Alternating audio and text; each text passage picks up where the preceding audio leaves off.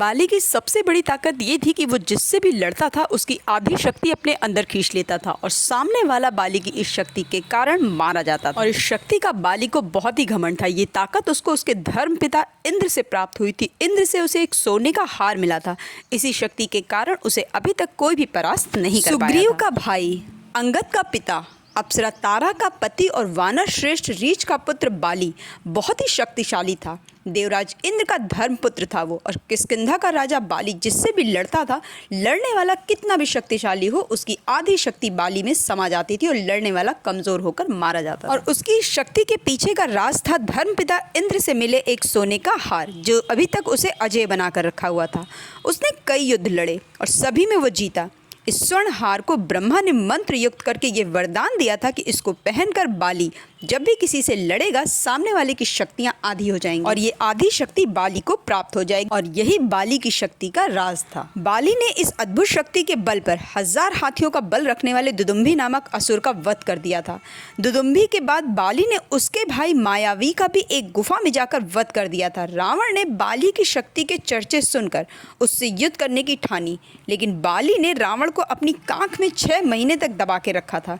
अंत में रावण ने उसे हार मानकर उसे अपना मित्र बना लिया। कहते हैं कि प्रभु श्री राम भी बाली की इस शक्ति से भली भांति परिचित थे। राम भी बाली के सामने कभी नहीं आए।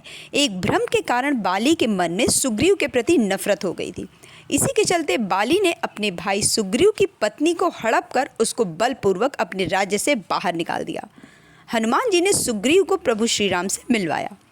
सुग्रीव ने अपनी पीड़ा बताई और ये भी बताया कि बाली किस तरह दूसरों की शक्ति को अपने भीतर खींच लेता है।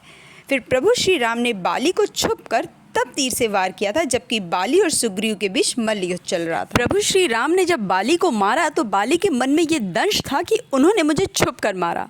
तब प्रभु श्री राम ने उसे वचन दिया कि तेरी ये पीड़ा दूर हो जाएगी।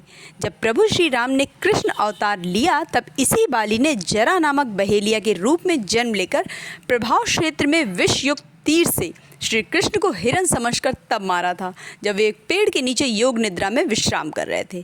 इस तरह बाली का ये दंश, ये बदला पूरा हुआ। अपनी शक्ति का अहंकार बाली को इतना हो गया था कि उसने एक बार हनुमान जी को ही ललकार दिया। बाली को इस बात का बहुत ही घमंड था कि उसे कोई हरा नहीं सकता या उसका कोई सामना नहीं कर सकता। एक दिन की बात है, राम भक्त हनुमान जी वन में तपस्या कर रहे थे। उसी दौरान अपनी ताकत के नशे में चूर बाली लोगों को धमकाता हुआ वन में पहुंच गया और चिल्लाने लगा कि कौन है जो मुझे हरा सकता है, किसके बाजुओं में इतना दम है जो मेरा सामना कर सके। हनुमान जी उसी वन में राम नाम जप से तपस्या कर रहे थे। बाली के चिल्लाने से उनकी तपस्या में विघ्न हो रहा था।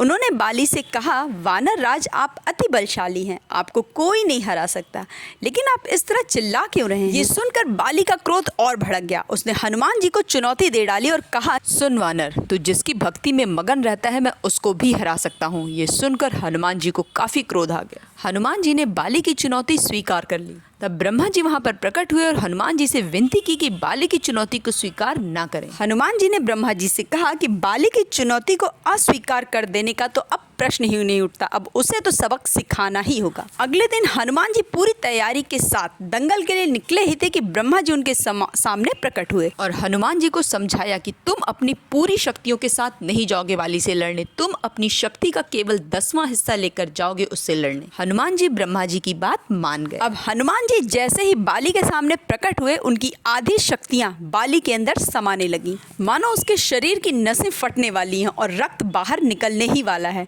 तभी अचानक ही वहां पर ब्रह्मा जी प्रकट हुए और उन्होंने बाली से कहा कि खुद को तुम जिंदा रखना चाहते हो तो तुरंत ही हनुमान से कोसों दूर भाग जाओ, अन्यथा तुम्हारा शरीर फट जाएगा।